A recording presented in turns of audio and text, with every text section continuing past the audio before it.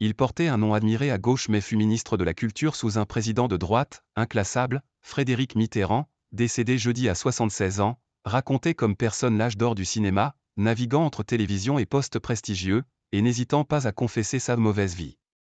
Neveu de l'ancien président de la République, il a fait en 2005 le récit de ses errances sexuelles et tarifées en Thaïlande et au Maghreb. D'abord salué, le livre suscitera ensuite la polémique, l'obligeant à se défendre de toute relation avec des mineurs ou d'apologie de la pédocriminalité. En avril 2023, il annonçait être malade, sans donner plus de précisions, alors qu'il venait de publier un essai sur Brad Pitt. Joignant le geste à la parole, il posait ensuite dans Paris Match, déguisé comme la star hollywoodienne, se moquant des colibets. Dans un communiqué transmis à l'AFP jeudi, sa famille a indiqué qu'il avait lutté plusieurs mois contre un cancer agressif. Né le 21 août 1947 dans les beaux quartiers à Paris, son père, Robert Mitterrand, ingénieur, et le frère de François, Frédéric Mitterrand a percé grâce au petit écran et à quelques émissions devenues célèbres. Sa passion, c'est le cinéma. À 13 ans, il joue le fils de Michel Morgan dans Fortuna, avec Bourvil, 1960.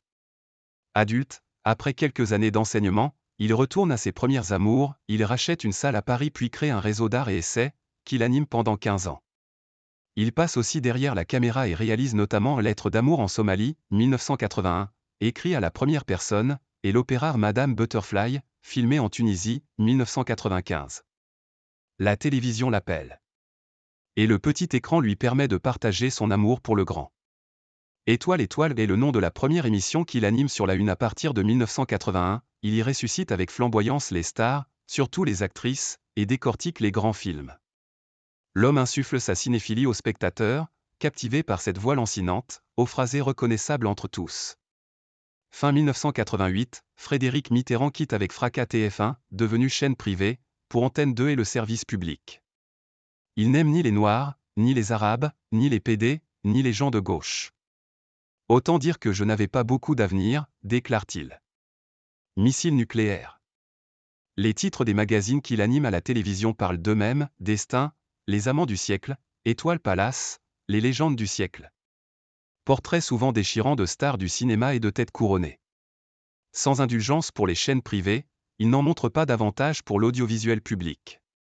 Quand il est récompensé en 1990 par un 7 d'or pour son émission de variété et carte blanche à Frédéric Mitterrand, il dépose son trophée par terre, là où se trouve le service public. Le personnage est tout aussi inclassable en politique. Malgré son nom, il refuse de marcher sur les traces d'un oncle qu'il admire. Il adhère en juin 1993 au mouvement des radicaux de gauche, MRG. En mai 1995, il apporte son soutien à Jacques Chirac, candidat à la présidence.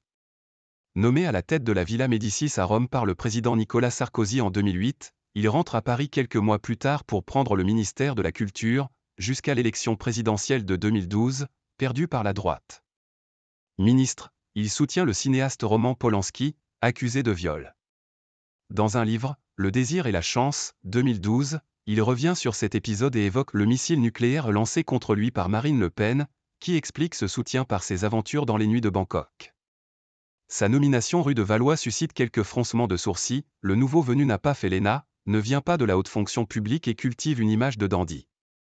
À ce poste, il affronte les intermittents du spectacle, fait adopter la loi Hadopi et conduit des grands chantiers, lancés pour certains avant son arrivée, le MUSEM, Musée des civilisations de l'Europe et de la Méditerranée, à Marseille, la Philharmonie à Paris. Frédéric Mitterrand était père de 3 enfants.